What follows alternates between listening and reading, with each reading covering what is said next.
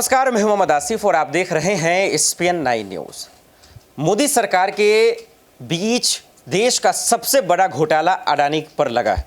Hindenburg के खुलासे के बाद एक तरीके से अडानी के बयान आए कि ये देश पे हमला है, लेकिन जब आप दूसरी तरफ से देखेंगे तो समझ में आएगा कि दरअसल देश के अवामों को, लोगों को मूर्ख बनाकर दरअसल अडानी को बचाने की ये सबसे बेहतरीन साजिश है। इस बीच में क्या कुछ हुआ नहीं हुआ आपसे परे नहीं है, आप तमाम सच्चाई को जान रहे हैं, लेकिन सवाल ये है कि हिडनबर्ग ने जो खुलासे किए, जो आरोप लगाए, उससे उनको क्या फ़ायदा होगा, ये आपके लिए समझना बेहद ज़रूरी है। दूसरा जो सबसे अहम सवाल है कि देश के जो निवेशक हैं, जो इन्वेस्टर्स हैं, जिन्होंने SBI या LIC में पैसे लगाए, उनके पैसे सुरक्षित या महफूज हैं कि नहीं, ये समझना जरूरी है। क्या वाकई में उनको चिंता करने की ज़रूरत है, ये समझना जरूरी है। और तीसरा और आखिरी सवाल जिस पे हम ये जानने की कोशिश करेंगे कि इस महा घोटाले में, देश के सबसे बड़े फ्रॉड में, क्या देश के प्रधानमंत्री नरेंद्र मोदी का हाथ तो नहीं है। चलिए इन्हीं चीज़ों पे बात करेंगे, लेकिन उससे पहले चर्चा का विषय शुरू करें। आपको बता दें कि दरअसल हिडनबर्ग को फ़ायदा क्या होगा, जरा सुन लीजिए। फ़ायदा ये है कि अडानी ग्रुप, उसको इंग्लिश में बोलते हैं शॉर्ट सेलर, जरा समझिए। हिडनबर्ग को फ़ायदा क्या है कि अडानी ग्रुप की जितनी कंपनियां हैं, 7 कंपनियां के आसपास हैं, उनके जितने शेयर गिरेंगे हिडनबर्ग को उतना ही फ़ायदा होगा। और इनके शेयर में जितना ही उछाल आएगा, जैसे 1-2 कंपनी में अभी उछाल आया था, उतना ही हिडनबर्ग को फ़ायदा लॉस होगा। तो दोनों खेल समझ में आ गया आपको। कुछ लोगों को समझ में नहीं आ रहा कि हिडनबर्ग आखिर इस बीच में आए क्यों, कि जितने इनके शेयर गिरेंगे उतना ही उनको जो है फ़ायदा होगा। और इसीलिए आपने देखा कि जब से उन्होंने आरोप लगाया, ये खुलासा किया, हिडनबर्ग रिसर्च की रिपोर्ट आए, तब से आपने देखा कि अडानी ग्रुप के जो शेयर मार्केट है वो दिन दहाड़े गिरना शुरू हो गए। तो अब आपको ये खेल समझ में आया। अब सवाल नंबर 2 वो ये कि निवेशक को कितना समझने की, सतर्क रहने की और मोदी सरकार से सवाल पूछने की ज़रूरत है। क्या उनका पैसा महफूज अभी भी है कि नहीं, ये समझना बहुत ज़रूरी है। मोहित सर मेरे साथ मौजूद है। मोहित सर, आपका बहुत बहुत स्वागत है। एक सबसे अहम सवाल ये है, अभी जो अडानी का घोटाला आप देख ही रहे हैं, तरह तरह के सवाल आ रहे हैं। सियासत से हटकर अगर जो आम लोगों का पैसा है, आपका, मेरा, तमाम देशवासियों का SBI LIC में पैसे लगे, क्या उन लोगों का पैसा सुरक्षित है? क्या उन्हें घबराने की ज़रूरत है, या फिर दीपक नीरव मोदी, विजय माल्या जैसे हालात देखने को मिलेंगे? सर, घबराने की ज़रूरत तो है ही, क्योंकि देखो, जब कोई निवेश करता है रिटेलर, तो वो सारी संपत्ति अपनी लगाता है कि उसको फ़ायदा मिल सके। अब कंपनियां ही अगर SBI और LIC के पास अपने जो शेयर होते हैं उनको गिरवी रखेंगे और उससे लोन लेंगे, और बाद में कोई ऐसी कंपनी हिडनबर्ग जैसी खुलासा करेगी उसके ऊपर रिपोर्ट लेके, तो ये शेयर नीचे गिर जाएंगे। तो सिंपल सी बात है, जो शेयर गिरवी रखे हुए हैं वो सारे के सारे ये सेल कर देंगे कम रेट पे, तो जनता का जो पैसा है वो तो वैसे ही मर जाएगा।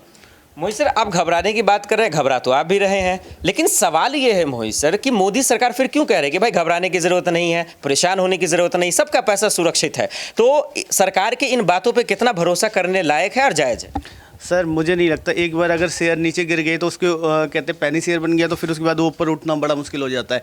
और तो इस वजह से अगर किसी ने शेयर ले रखे हैं तो फिर वो अपने पैसे को कभी रिकवर नहीं कर सकता। ये कहना सरकार का बहुत गलत है। हाँ, अगर पीछे से अगर कोई सपोर्ट आता है तो बात अलग है, पर वैसे मुझे लगता नहीं कि एक बार गिरने के बाद कोई ऊपर उठा सके इन शेयरों को। बहुत बहुत शुक्रिया मोहित सर।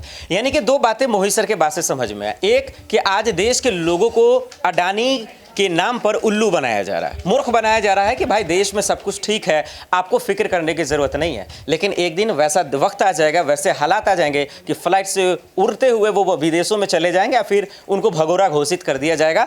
और जो मोहित सर बता रहे हैं कि जो निवेशक हैं, जो लोग पैसे इन्वेस्ट किए हैं, वो फिर उसके बाद जो है हाहाकार मचाते रहेंगे, चिल्लाते रहेंगे, आपको कुछ मिलने वाला नहीं है। इसलिए मोदी सरकार से सवाल पूछना बहुत ज़रूरी है। आमिर सर मेरे साथ मौजूद हैं। आमिर सर से एक चीज़ मैं समझना चाह रहा हूँ।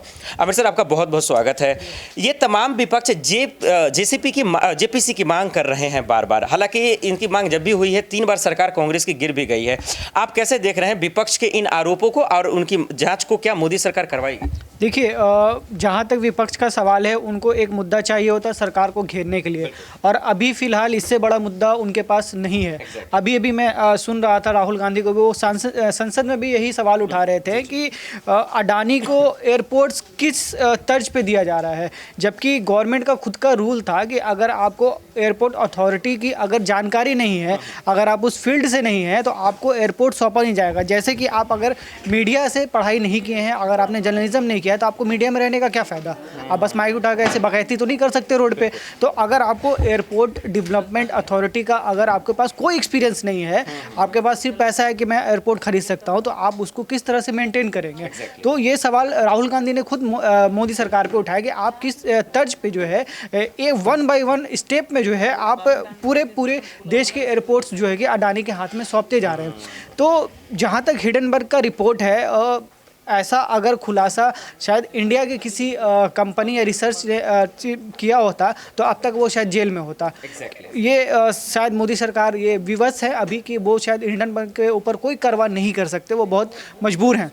तो मुझे लगता है कि जो भी पब्लिक है उनको डरने की और काफ़ी ज़्यादा डरने की ज़रूरत है।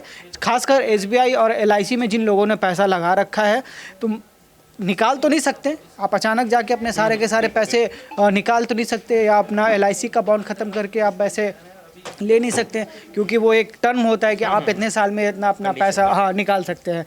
तो मुझे लगता है कि शायद गवर्नमेंट को ही सामने आकर, फाइनेंस मिनिस्टर को सामने आकर लोगों को विश्वास दिलाना चाहिए कि अगर उनका लॉस भी होता है तो उनके पैसे की कितनी % वो भरपाई करेंगे। अगर आपने अपने अकाउंट में, मान लीजिए आसिफ भाई कि आपने अपने अकाउंट में 50,000 रुपये SBI में रखा हुआ है और आपके 50 के 50,000 रुपये डूब जाते हैं, तो सरकार आपको 50,000 की जगह 10,000 भी दे के टहला सकती है। तो गवर्नमेंट को सामने आके ये चीज़ कहना चाहिए कि अगर आपका पैसा अभी इस वक्त डूबता है तो हम उसकी रिकवरी कराएंगे, हम उसका पैसा आपका वापस कराएंगे, क्योंकि जनता से ही सरकार चलती है, अडानी से नहीं। बिल्कुल, बहुत बहुत शुक्रिया। देखिए आमिर सर की 2-3 बातें बहुत बड़ी है जिससे मैं आखिर में एंड करना चाह रहा हूँ। पहली बात कि मोदी सरकार के बाप का ये पैसा नहीं है, ये देश के उन लोगों का पैसा है जिन्होंने खून पसीने से अपने पैसे कमाए हैं और उनके पैसे SBI और LIC में जमे हैं।